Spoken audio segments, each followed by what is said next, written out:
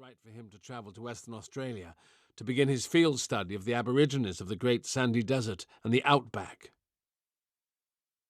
She was, he knew, going to ask him to go to Sydney with her. Tolo immediately felt a push and a pull.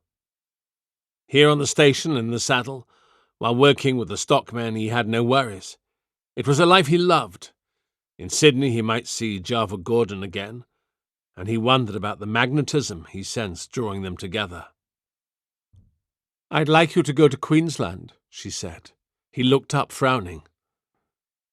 "Through the estate agents I have received estimates of the worth of the Mason Fisher holdings in Queensland," she said. "I've never even seen the properties themselves." She paused and felt the tears sting in her eyes as she remembered that she had in fact seen one of the Fisher stations, the one where she had first met John. "Well, at least I've not seen all of them," she said. "I'd like your opinion as to the asking prices." "How would I know?" he asked. "You have eyes. You can see the condition of the buildings and whether there is water. You can observe and describe the places to me. We can travel to Sydney together, and you can go on from there." Tolo sighed.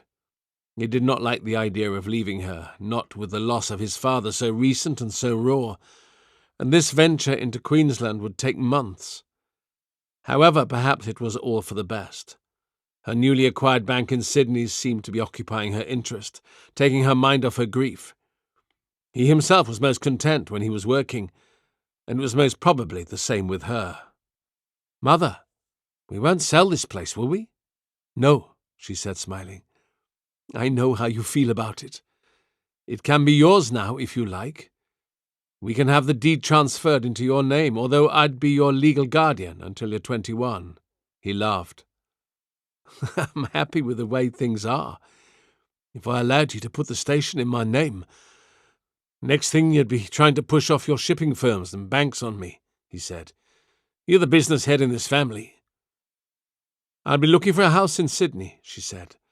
"Before you leave for Queensland, I'd like your help in choosing one." He felt a sadness begin then, for he suspected that their lives would be forever changed by her decision to buy a house in Sydney. That sadness grew until, as he stood beside the carriage that would take them into Melbourne, a carriage towing a loaded wagon with all of Misa's books and papers, all of her clothing, and many personal things that she did not want to leave behind, she felt again the full weight of the loss of his father. John Mason and the station where Tolo had grown up were linked in the young man's memories with a poignancy that made his eyes sting as he stepped up into the driver's seat and clucked to the horses. He had only taken a few things of his own. He had his books, those dealing with Australian history and the Aborigines, his riding boots and bush clothes. He had left behind such things as the boomerang fashioned for him by old Colby, the telescope that had been a Christmas gift from his father, his rock collection, all the toys and distractions of his youth, for he considered the station his permanent home. He would be coming back. As he drove away from the station, everything overwhelmed him. The death, the loss, the change. He drove with his head held high, but tears were streaming down his cheeks. If Misa saw, she made no comment, gave no sign that she was aware that her big, strong son was weeping. "Someday," Misa said as she and Tolo strolled the deck of the Mason Company steamer that had left the rough waters of the Bass Strait behind and was rounding the southwestern tip of Australia into the Tasman Sea, "the Australian states will work out their differences about railway gauges, and there'll be easier train service between Melbourne and Sydney." "The blood of your fathers is in me," Tolo said. "I'd rather enjoy the sea, the smell of it, and the movement underfoot." "Until the storms come," she said. He laughed. She seemed to have left behind her mourning, although she still wore black. "When I come back from Queensland, Mother, I want to prepare for my trip to Western Australia." She nodded. "I've been thinking of that," she said. "Wouldn't you be better prepared for what you want to do by spending a year or two in university?"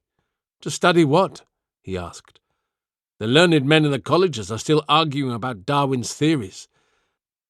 Their primary concern with the study of man and his cultures, for the moment at least, seems to be what to call it.